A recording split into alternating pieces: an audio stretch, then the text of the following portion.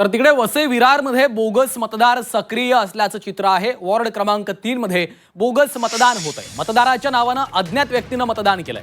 निवडणूक विभागाच्या कारभारावर आता पुन्हा एकदा प्रश्नचिन्ह उपस्थित होताना आपल्याला पाहायला मिळते। वॉर्ड क्रमांक 3 मध्ये बोगस मतदान सुरू असल्याचा हा धक्कादायक प्रकार घडलेला आहे। मतदाराच्या नावानंच अज्ञात व्यक्तीनं त्या ठिकाणी मतदान केल्याचं देखील समोर आलेलं आहे। त्यामुळे आता या संपूर्ण प्रकरणामध्ये चौकशी व्हावी आणि त्यांच्यावर योग्य ती कारवाई करण्यात यावी अशी देखील मागणी केली जाते। वसई विरारमध्ये हा सगळा प्रकार घडलेला आहे। बोगस मतदानाच्या घटना बातम्या वारंवार समोर येताना दिसत आहेत। त्यामुळे निवडणूक आयोगाच्या या संपूर्ण कारभारावर एकंदरीतच निवडणूक प्रक्रियेवर आता प्रश्नचिन्ह उपस्थित होतं।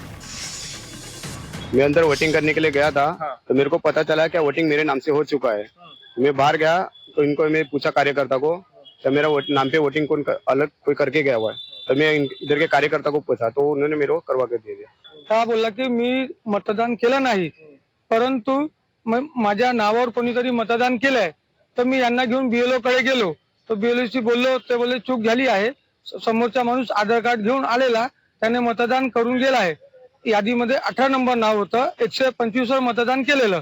तर मग त्याने सांगितलं प्रदत्त प्रतिक्रियेनुसार आम्ही याला मतदान करू देतो। ज्याने अगोदर मतदान केलेलं आधार कार्डवर ते आम्ही बाद करतो। मग बीएलओने याचं मतदान पेपरवर स्टॅम्प मारून घेऊन त्याला मतदान करायला याचा हक्क दिलं।